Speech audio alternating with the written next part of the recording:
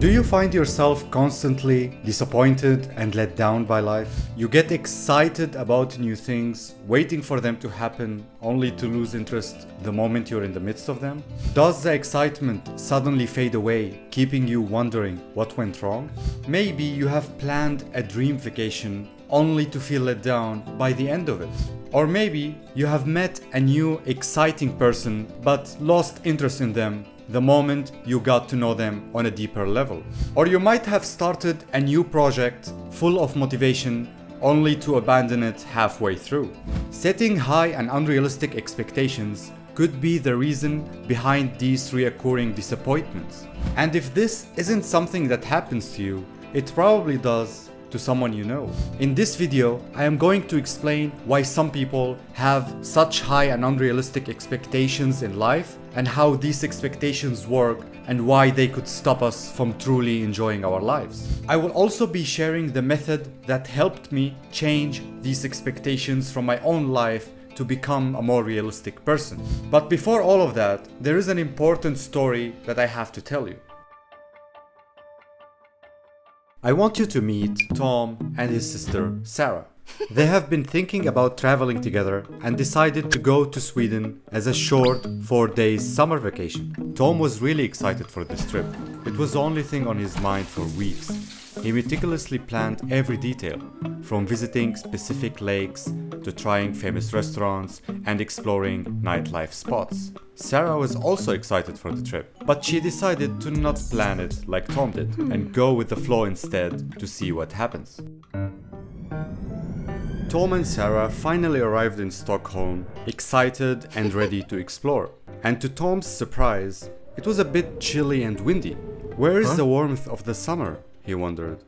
And it was approaching 8 p.m. as they arrived. The shops were already closed. He learned from asking a local that most places in the city close by 7 p.m. That was really irritating to him.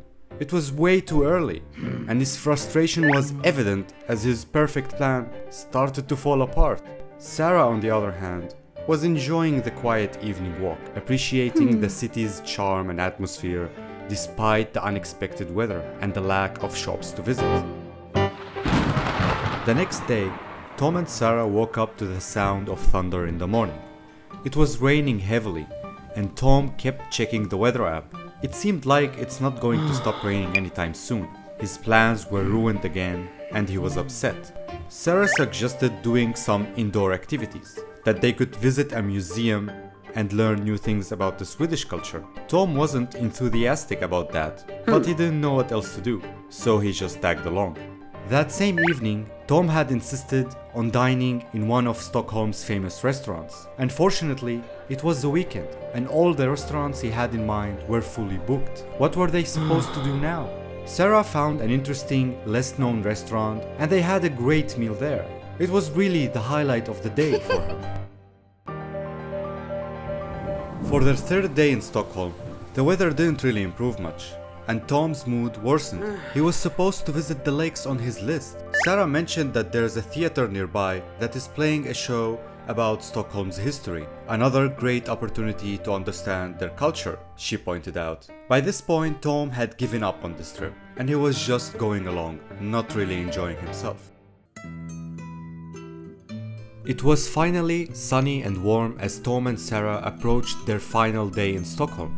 It is finally time to visit one of the lakes. Tom was feeling that it's a little bit too late as they only had half the day before they had to leave again. Sarah decided to savor and cherish the moment instead, enjoying every second of it. Nature was so beautiful and she was grateful to be there. As the trip was approaching its final moments, Tom had realized how frustrated he was most of the time, while his sister was enjoying herself the whole trip. He asked her at that moment, "How did you manage to enjoy the trip despite everything going wrong?" Sarah smiled at him and said how she went on this trip with an open mind, how she didn't have rigid expectations and was open to whatever the trip brought to her. This allowed her to appreciate the good moments and adapt to the unexpected. Tom had realized then how his high expectations and rigid plans prevented him from enjoying the present and making the most out of this trip. The difference between Sarah and Tom is really very simple. It's just a matter of where each of them puts their attention and thoughts to. Tom spends too much time in his head planning how things should be and setting high expectations for anything he looks forward to. This gets him initially motivated and excited, but when events starts to unfold, they almost never go exactly as he planned, which then makes him lose all the excitement and motivation. Tom's life is a repetitive pattern of excitement and anticipation for unrealistic things, leading to big disappointment and loss of interest in the things he was once looking forward to. Tom shows a pattern of behavior that I used to engage with a lot in the past. I used to set unrealistic expectations for everything in my life. The people I was going to meet, the places I was going to visit, the food I was going to try, or the conversation I was going to have. And every single time, these expectations weren't met, and that made me crash and burn. It was so hard to enjoy anything I do, and I lost so many people and missed out on so many things in my life because I was so focused on these high expectations that weren't realized. These high expectations made my life feel less, different, and lacking of something. Of course, not everyone has a tendency to set unrealistic expectations for things. There are many factors that play a role to lead someone to engage with this pattern of behavior in their mind, like our personality type, cultural background, and different social influences. How we start engaging with this behavior doesn't matter as much as to why we do it.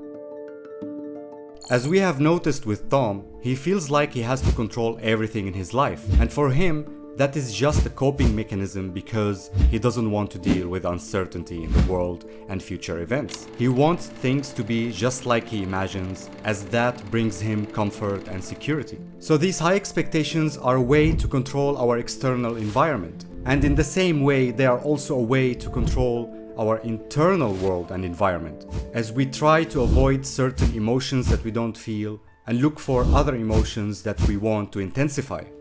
It's important to note that there are a minority of people who tend to set negative expectations. High expectations don't have to be positive or related to things going in your favor.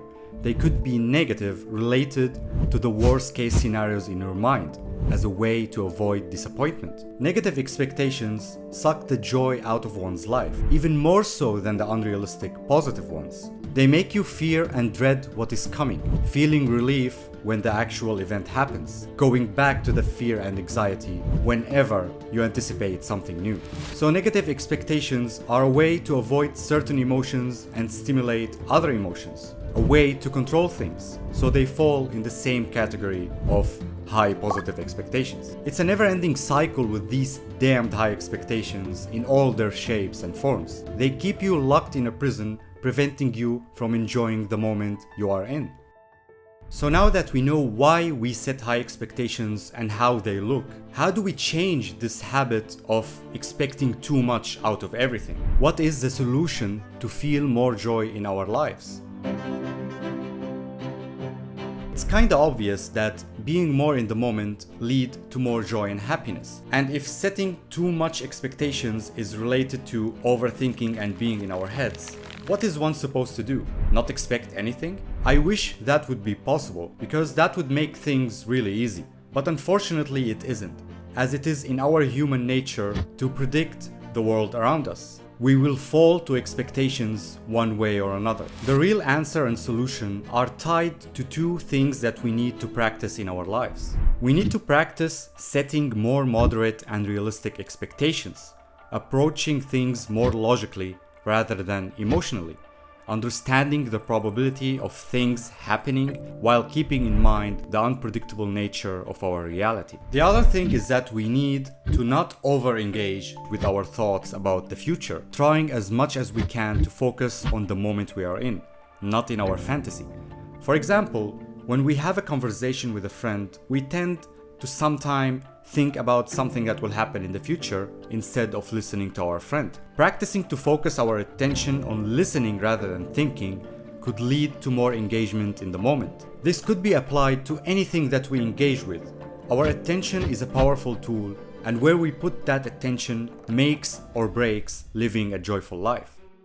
This process is not easy at all. That's why it requires practice. When we have engaged for so long with high expectations, we need time to change that behavior.